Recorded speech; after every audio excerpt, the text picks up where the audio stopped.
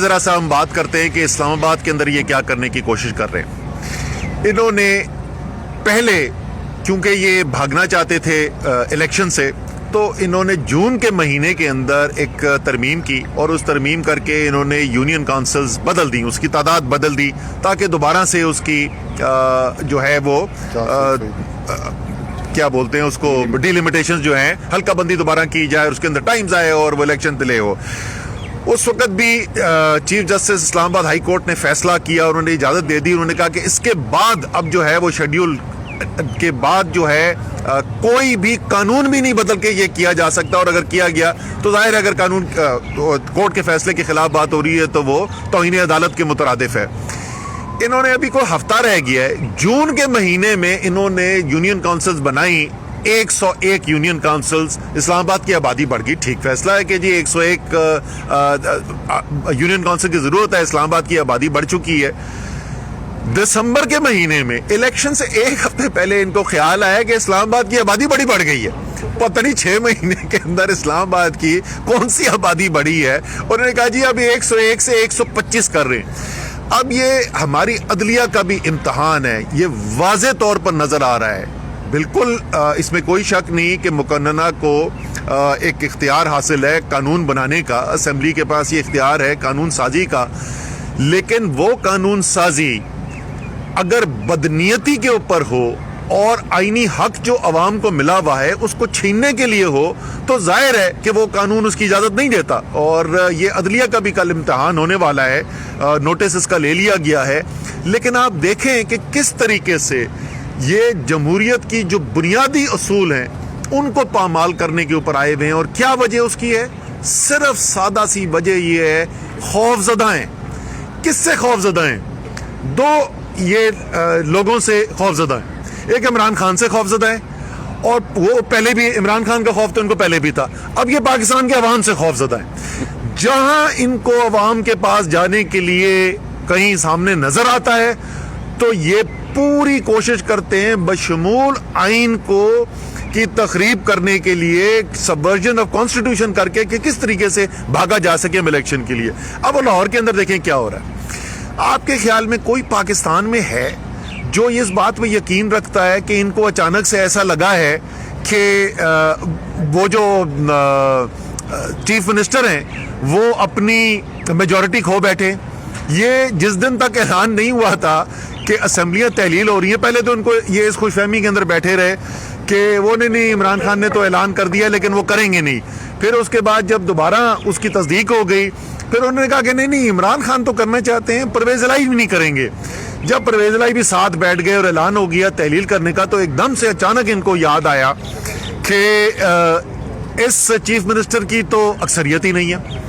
اب گورنر صاحب نے جو خط لکھا ہے وہ خط پڑھیں کو سمجھ نہیں آتی، بندہ اس کو خط کو پڑھ کے ہنسے یا روئے۔ حسنین بہادر درشک کہتے ہیں کہ پارٹی کے خلاف ہو گیا، ناراض ہو گیا ہے۔ اور بھائی حسنین بہادر درشک کی تو بات سن لو، وہ کیا رہا ہے؟ وہ کہتے ہیں کہ پرویز الہی کی اور عمران خان کی اور تحریک انصاف اور پی ایم ایل کیو کی آپس کے اندر جو ہے وہ پتہ نہیں کیا دوریاں پیدا ہو گئی ہیں۔ انہوں نے پھر پارٹی کا اجلاس کر کے دوبارہ تصدیق کر دی اس بات کی۔ پرویز الہی بار بار کہہ رہے ہیں کہ میں ابھی بھی عمران خان کے فیصلے کے ساتھ کھڑا ہوں اور تحلیل کے فیصلے کے ساتھ کھڑا ہوں۔ ایک اور کسی کا پتہ نہیں اسی طریقے کا کوئی ایک مزاحیہ قسم کا ایک اور اس کے اندر کوئی وجہ دی ہوئی ہے، لیکن یہ ساری قوم کو نظر آ رہا ہے، نہ ان وجوہات سے کوئی تعلق ہے نہ یہ اکثریت کا سوال ہے۔ خوف کس چیز کا ہے؟ خوف اس بات کا ہے کہ کہیں ان کو عوام کے پاس نہ جانا پڑ جائے، ان کو ووٹ نہ مانگنا پڑ جائے۔ تو آپ کی تمام جو پاکستان کے اندر پچھلے 8 ماہ کے اندر عمران خان نے پاکستان کی تاریخ کے سب سے بڑے جلسے کیے، جلوس نکلے، جو 75 سے 80% الیکشن ہوئے وہ تحریک انصاف جیتتی رہی۔ آپ ان سب چیزوں کو بھی اگر نظر انداز کر دینا تو صرف اس وقت آپ کو اس امپورٹڈ حکومت کے جو یہ فیصلے نظر آ رہے ہیں، جس طریقے سے پہلے وہ کراچی کے الیکشن سے بھاگے، کراچی اور حیدرآباد کے، میں وہاں پہ زمین کے اوپر کیمپین کر رہا ہوں کراچی میں، 3 دن کیمپین کی، آخری دن کے آخری جلسے رات کو 11 بجے میں جلسے میں پہنچا، بریکنگ نیوز آ گئی جی کراچی کے الیکشن ملتوی ہو گئے۔ بھائی کیوں ملتوی ہو گئے؟ کہتے ہیں جی بارشیں بہت زیادہ ہیں کراچی کی۔ یار ہم زمین پہ کھڑے ہوئے کراچی میں، کون سی بارشیں تھیں وہ بہت زیادہ؟ کراچی کا الیکشن ملتوی، اسلام آباد سے بھاگ گئے، پنجاب کے الیکشن سے بھاگ رہے ہیں، خیبر پختونخوا کے الیکشن سے بھاگ رہے ہیں۔ یہ لوگ جو ہیں ان کو بات سمجھ میں آ گئی ہے کہ عمران خان سے سیاسی مقابلہ نہیں کیا جا سکتا، اس لیے پہلے انہوں نے کوشش کی کہ قانونی طریقے سے عمران خان کو گرایا جائے. وہ جو کہتے تھے کیا لوگ کہ ٹیکنیکل ناک آؤٹ، میں بار بار لوگوں کو سمجھاتا تھا بھائی ٹیکنیکل ناک آؤٹ کی بھی کوئی گنجائش نہیں ہے. وہ توشہ خانہ کا کیس ہودا پہاڑ نکلا چوہا، اس کے اندر سے کچھ نہیں نکلا. اور مجھے بڑی خوشی ہے اسلام آباد ہائی کورٹ نے جو فیصلہ کیا ہے، لاہور ہائی کورٹ نے فیصلہ کیا ہے کہ وہ توشہ خانہ کے جو پرانے تمام جتنے ریکارڈز ہیں وہ سب ذرا عوام کے سامنے لا کے رکھے نا، کورٹ کے سامنے لا کے رکھے. شاید اسی کے لیے جیسے ہی وہ فیصلہ ہے، اگلے دن گور بلوچ نے جو الیکشن کمیشن آف پاکستان میں عمران خان کے خلاف توشہ خانہ کا کیس کیا ہوا تھا وہ انہوں نے وڈرا کر دیا، اس کیس سے ہی بھاگ گئے. توشہ خانہ ٹرائی کیا، پتہ نہیں کیا کیا، توہین عدالت، توہین مذہب، ہر چیز جو یہ کوشش کر سکتے تھے وہ بھی تمام ناکام ہو گئی. سیاسی میدان میں بھی ناکام ہو گئے، عدالتوں میں بھی ناکام ہو گئے. پھر انہوں نے کوشش کی کہ عمران خان کو جسمانی طور پر ہی ختم کر دیا جائے، قتل کر دیا جائے. منصوبہ بنا کے، باقاعدہ منصوبہ بنا کے قتل کرنے کی کوشش کی. لیکن بھول یہ گئے کہ انسان کی جان جو ہے، اس کی موت جو ہے، وہ اللہ تعالیٰ کا فیصلہ ہے، وہ ان لوگوں کا فیصلہ نہیں ہے. وہ کسی انسان کے ہاتھ میں نہیں ہے، نہ کہ ان جیسے بزدلوں کے ہاتھ میں ہو. اللہ تعالیٰ نے ابھی عمران خان سے اور بہت کام لینے ہیں اس قوم کے لیے، تو وہ بھی ان کا منصوبہ ناکام ہو گیا. اس کے بعد انہوں نے جعلی وہ آڈیو چلانی شروع کر دی. پھر تم سمجھ نہیں آتی ہے، خدا کا واسطہ اپنے آپ کو مسلمان کہتے ہو، ذرا کو پڑھ تو لو قرآن کے اندر لکھا ہوا کیا ہے. جس طریقے سے موت اللہ تعالیٰ کے ہاتھ میں ہے، اسی طریقے سے انسان کی عزت اور ذلت جو ہے وہ بھی اللہ تعالیٰ کے ہاتھ میں. کوئی وزیر اعظم کی کرسی سے نیچے اتر کے عوام کے دلوں کے اوپر راج کرتا ہے اور لوگوں میں اس کی عزت اور اوپر چلی جاتی ہے، اور کوئی وزیر اعظم کی کرسی پہ بیٹھ کے ذلت اور رسوائی کے علاوہ اور کچھ نہیں دیکھتا. تو تمام حربے ان کے ناکام ہو چکے ہیں. اب دونوں اسلام آباد والا بھی معاملہ، اور مجھے لگ رہا ہے کہ انہوں نے آخرکار جو ہے لاہور کے لیے بھی، پنجاب کے لیے بھی کورٹ کے اندر ہی جانا ہے. عدلیہ کی طرف یہ معاملات جا رہے ہیں. تو یہ پاکستان کے عوام ظاہر ہے اپنی عدلیہ سے امید رکھتے ہیں، اور جو بھی فیصلے کیے جائیں گے اس میں یہ تناظر جو ہے اس کو ضرور سامنے رکھا جائے گا. کیونکہ انصاف جو کیا جاتا ہے وہ انصاف صرف قانون کے لفظوں پر نہیں کیا جاتا، حالانکہ یہاں پہ تو لفظوں بھی کیا جائے تو اس میں بھی فیصلہ جو ہے ان کے خلاف ہی آئے گا، امپورٹڈ حکومت کے. لیکن یہ دیکھا جاتا ہے کہ نیت پیچھے کیا ہے، مقصد کیا ہے. اور دونوں جو کام ہو رہے ہیں، جو پنجاب میں کام کیا جا رہا ہے وہاں پہ اسمبلی کی تحلیل ہونے کو روکنے کے لیے، جو اسلام آباد میں کیا جا رہا ہے الیکشن کو روکنے کے لیے، دونوں جو یہ اقدامات ہیں بدنیتی پر مبنی ہے. عوام کی جو بنیادی حق ہے، جس کے اوپر پوری جمہوریت کھڑی ہوئی ہے کہ عوام کو یہ حق حاصل کہ اپنی ووٹ کی بنیاد پر وہ فیصلے کریں گے کہ کون منصب اقتدار پہ بیٹھے گا اور کس طرف ملک کو لے کر جانا ہے، وہ عوام کا حق یہ چھیننے کی کوشش کر رہے ہیں. آخری کوشش ہے. یہ نظام زیادہ چل نہیں سکتا. جہاں پر یہ معیشت کو لے کر آ گئے ہیں وہ ایک اور ہی کہانی ہے. جو اس وقت پاکستان کے کاروباری طبقوں سے ذرا جا کے پوچھے نا، پہلے تو عوام کی بیچاروں کے ساتھ جو کیا گیا ہے، پاکستان کی تاریخ کی سب سے بڑی مہنگائی، سب سے زیادہ مہنگائی کبھی پاکستان کی تاریخ میں، یہ حکومت کے اپنے اعداد و شمار بتاتے ہیں. اور اب بے روزگاری پھیلنی شروع ہو رہی ہے.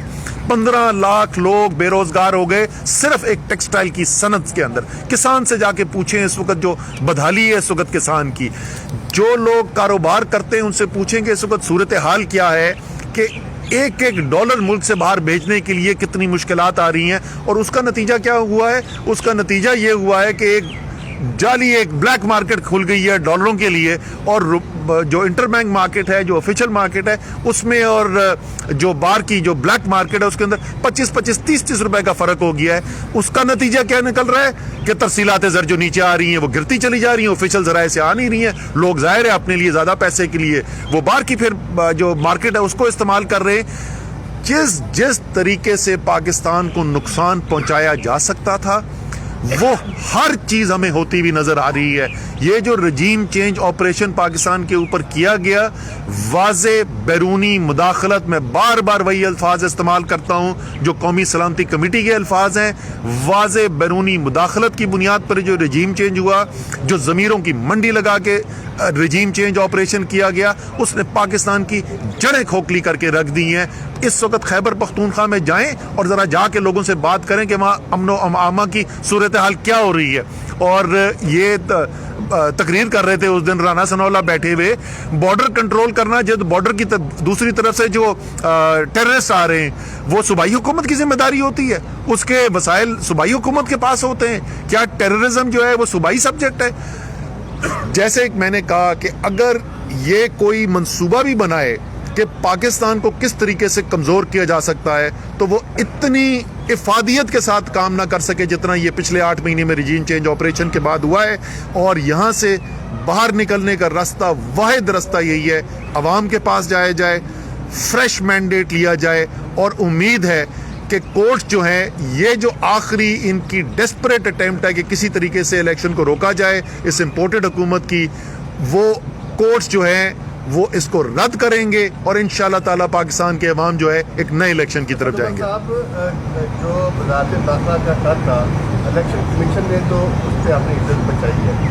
اب آج قومی اسمبلی کا اجلاس بلایا گیا ہے اور اس کے ایجنڈے کے اندر یہی 125 فیصدوں والی بات ہو رہی ہے. آپ لوگ کہہ رہے تھے کہ قومی اسمبلی کا اجلاس غیر ملکہ ملک کے لیے ملتوی کر دیا گیا، ہم نے جانا تھا استعفوں کے والے سے. تو آج اجلاس جان ہو رہا ہے، آپ لوگ جائیں گے اور اس قانون سازی کو روکنے کی کوشش کریں گے؟ اچھا جی، یہ جی جو ہمارے جانے کی بات تھی، وہ کیونکہ انہوں نے کل رات کو ایک دم سے دوبارہ اجلاس بجا لیا، ہمارے باہر سے لوگ آنے تو اتنی جلدی میں ابھی آج تو نہیں آ سکتے.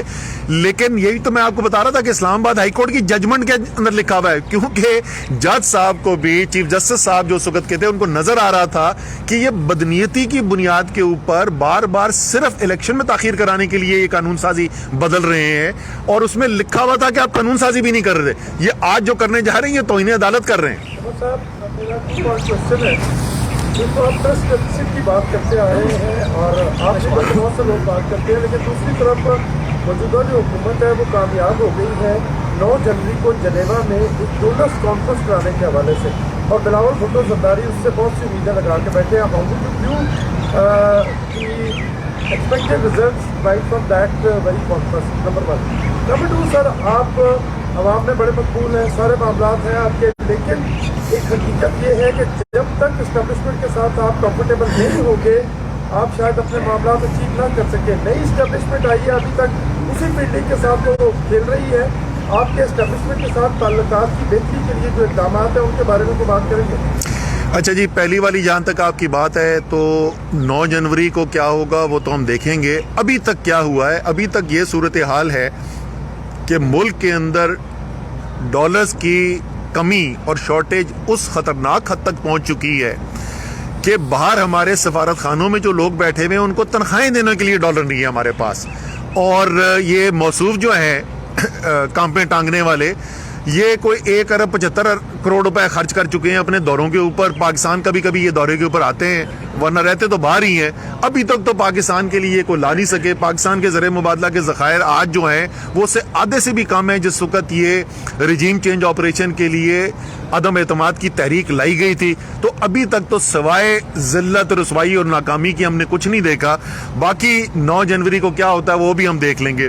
جہاں تک آپ کا سوال یہ ہے، مجھے یہ بتائیں کہ یہ ملک جو ہے، قائد اعظم نے اس کے لیے جد و جہد کی، مسلمانوں نے پورے برے صغیر کے پیچھے کھڑے ہو کے قائد اعظم کی قیادت کے اندر اس ملک کے لیے جد و جہد کی. لاکھوں لوگ شہید ہوئے ہجرت کرتے ہوئے اس ملک کے اندر. وہ کس قسم کا ملک تھا جس کے لیے قائد اعظم نے جد و جہد کی؟ قائد اعظم ایک آئین، دستور میں یقین رکھنے والے انسان تھے. وہ ایک آئینی پاکستان کے لیے جد و جہد کر رہے تھے. یہ واحد ملک ہے، پاکستان دنیا کی تاریخ کا پہلا ملک ہے جو ووٹ کے ذریعے حاصل کیا گیا. اس ملک کا حصول بھی ایک جمہوری طریقے سے کیا گیا. مجھے یہ بتائیں کہ یہ ایک انتہائی افسوس کی بات نہیں ہے کہ آپ کو یہ سوال بھی پوچھنا پڑ رہا ہے اور زیادہ افسوس کی بات یہ ہے کہ آپ جو سوال پوچھ رہے ہیں کوئی ذی شعور آدمی یہ نہیں کہہ سک رہا کہ آپ غلط سوال پوچھ رہے ہیں. یہ کتنے دکھ اور افسوس کی بات ہے کہ یہ سوال پوچھنے پہ لوگ مجبور ہو جائیں کہ یار اسٹیبلشمنٹ کے ساتھ تعلقات اچھے ہیں یا نہیں ہیں, اور اس اسٹیبلشمنٹ سے تعلقات کی بنیاد کے اوپر اگلی حکومت بن سکتی ہے کہ نہیں بن سکتی. جو بھی پاکستان میں 70 سال ہوتا رہا جی وہ سب کو پتا ہے. اس کی گواہی پچھلے چیف آف آرمی اسٹاف خود دے گئے ہیں. انہوں نے خود کہا کہ جی ہم سیاست کے اندر ملوث رہے ہیں, لیکن ساتھ ساتھ انہوں نے یہ بھی کہا کہ ہم یہ فیصلہ کر چکے ہیں کہ اب ہم سیاست کے اندر ملوث نہیں ہوں گے. تو ہماری سیاست جو ہے ہم تو دیکھ رہے ہیں صرف پاکستان کے عوام کو. ایک سیکنڈ رک جا ٹکا خان, ہم دیکھ رہے ہیں صرف پاکستان کے عوام کو, نہ ہم اسٹیبلشمنٹ کی طرف دیکھ رہے ہیں, نہ ہم کسی بیرونی طاقت کی طرف دیکھ رہے ہیں. اور امید ہے کہ جو فیصلہ کیا گیا ہے کہ سیاست میں ملوث نہیں ہوگی فوج, کہ فوج اس پہ قائم رہے گی. ہماری تو یہی امید ہے. اچھا, آج آپ کی اسٹیٹمنٹ جاری ہوئی ہے اسد عمر صاحب, جو کل آپ کی غیر ملکی صحافیوں سے ملاقات ہوئی, لکھا گیا سب جانتے ہیں جنرل باجوہ نے امریکی انتظامیہ سے IMF کے معاملے میں مدد مانگی. اچھا, یہ کہنا کیا چاہ رہے ہیں, مجھے میں سمجھنے سے قاصر ہوں, غلط کیا یا صحیح کیا؟ وہ سوال مجھ سے یہ پوچھ رہے تھے کہ آپ کے وقت میں اگر فوج, میں ان سے کہہ رہا تھا کہ فوج کا سیاست میں انوالومنٹ نہیں ہونی چاہیے, لیکن اس کے علاوہ اگر فوج جو ہے ایک نان پارٹیزن جس کو کہتے ہیں کہ کوئی ایک پولیٹیکل سائٹ کی, ایک پولیٹیکل پارٹی کی حمایت نہیں, بلکہ ملک کی حکومت جو ہے اس کی حمایت کرنے کے لیے, یا اس کی حمایت ٹھیک لفظ نہیں ہے, مدد کرنے کے لیے, ساتھ معاونت کرنے کے لیے کوئی اقدامات کر رہی ہے تو اس میں کوئی حرج نہیں ہے. انہوں نے کہا جی وہ آپ کے لیے کرتے تو ٹھیک ہے, ان کے لیے کرتے تو نہیں ہے. میں نے کہا یار جنرل باجوہ کا خود سٹیٹمنٹ ہے کہ امریکن جو ہے وہ جو حکومت کے ساتھ انہوں نے کہا ہے کہ پاکستان کو ہیلپ کریں. کبھی ہم سے کوئی بیان سنا کہ غلط کیا؟ ہمیں کوئی اعتراض نہیں ہے. ملک کی بہتری کے لیے, معاونت کے لیے کوئی اقدامات کرے, میں کوئی اعتراض نہیں. اسد عمر صاحب, یہ بتائیے گا کہ جنرل باجوہ صاحب نے جو بات کی تھی وہ فروری سے آگے جا کے وہ نیوٹرل ہو گئے ہیں سیاست میں. اس سے پہلے آپ کی حکومت بنی یا اس سے پہلے ماضی کی بنی, کیا آپ کی حکومت بننے میں فوج کا کردار تھا؟ اور سیکنڈ چیز سر, پنجاب میں بلدیاتی الیکشن کے لیے 2 بار حلقہ بندیاں ہوئیں, وہاں پر آپ کی حکومت ہے, وہاں پر تاخیر کی گئی, نئی قانون سازی کی گئی, تیسری مرتبہ پھر حلقہ بندیاں ہو رہی ہیں. اسی طرح لگ ایسے رہا کہ جو اختیارات کی منتقلی ہے جو سیاسی جماعتوں کی جہاں جہاں حکومت ہے وہ نہیں کرنا چاہ رہی. اسلام آباد میں بھی یہی ہے, پنجاب میں بھی یہی ہوا. اچھا, دو مختلف چیزیں آپ نے. پہلا والا جو سوال تھا اس میں, ہاں کشمیر میں نہیں, پہلے 2018 کے الیکشن میں 2018 کے الیکشن نہیں, آپ نے پہلے جو کہا نا کہ فروری سے. پہلی بات تو میں آن ریکارڈ یہ کہنا چاہتا ہوں کہ جب تک وہ جا رہے تھے, میں یہ پہلی دفعہ نہیں کہہ رہا, میں ٹی وی پہ پہلے کہہ چکا ہوں, ہمیں تو نیوٹرلٹی نہیں نظر آئی تھی. پہلے تو میں یہ کہہ دوں. اب جو ہے نئی لیڈرشپ آئی ہے فوج کی, اب دیکھیں نیوٹرلٹی نظر آتی ہے کہ نہیں آتی. اس وقت ان مہینوں کے اندر تو ہمیں نیوٹرلٹی نظر نہیں آئی تھی. 2018 کے الیکشن کے اوپر یہ بھی میں ٹی وی پہ پہلے بات کر چکا ہوں. 2018 کے الیکشن میں بہت سی سیاسی پارٹیوں کو اعتراضات تھے, اور ان میں تحریک انصاف بھی شامل تھی. آپ سندھ میں ذرا جا کے پوچھیں نا لوگوں سے, سیاستدانوں سے پوچھیں, آف ایئر پوچھنا, آن ایئر ان میں سے پتہ نہیں کتنوں میں ہمت ہوگی بات کرنے کی. نہیں, ذرا ان سے پوچھیں کہ کدھر فون کالیں آ رہی تھی, کہاں جانے کے لیے, کون تحریک انصاف میں آنے کے لیے, پریس کانفرنس کے لیے آنے کے لیے آدھے رستے میں پہنچا ہوا تھا, اور فون کال آئی کہ آپ نے نہیں جانا ہے تحریک انصاف کے لیے, آپ الگ بیٹھے. تو 2018 کے الیکشن کے اندر شکایات صرف ایک طرف کو نہیں تھی, دونوں طرف کو شکایت تھی. یہ بتائیں کہ اچھا, آپ پنجاب کی بات, بھائی نہیں, کشمیر کے صرف نہیں, خیبر پختونخوا کے الیکشن مکمل ہو چکے ہیں. پنجاب کے اندر کبھی بھی بھائی میرے یہ نہیں ہوا کہ الیکشن اناؤنس ہو گیا, شیڈیول اناؤنس ہو گیا, ٹکٹیں ایلوکیٹ ہو گئیں, لوگ الیکشن کے لیے نکل گئے, ہفتہ الیکشن میں رہ جائے اور آپ جو ہے قانون سازی کر کے اس کو تاخیر کرا دیں. یہ اسلام آباد میں دوسری دفعہ ہو رہا ہے, یہ ہم نے کبھی بھی نہیں کیا. ایک سیکنڈ, آن ریکارڈ نے یہ کہا ہے کہ ساری سیاسی جماعتوں میں اور اداروں میں اس بات پر اتفاق ہے کہ عمران خان کا راستہ روکنا ہے. کیا آپ کو بھی اداروں کی طرف سے یہ پیغام دیا گیا ہے کہ وہ ابھی بھی اس بات پر اتفاق کرتے ہیں کہ عمران خان کا راستہ ہر صورت روکنا ہے؟ میرے خیال میں تو اس کا جواب مجھے نہیں, اس کا تو جواب جو ہے وہ اداروں کی طرف سے آنا چاہیے. ایک انہوں نے بہت بڑا الزام لگایا ہے, ادارے کہہ رہے ہیں کہ ہم اب سیاست کے اندر ملوث نہیں ہیں, اور ہم جو ہے وہ کسی کے طریقے سے فریق نہیں بنیں گے, اور کھلم کھلا پاکستان کا وزیر داخلہ جو ہے وہ سارے میڈیا کے سامنے بیٹھ کے, ساری قوم کے سامنے بیٹھ کے کہہ رہا ہے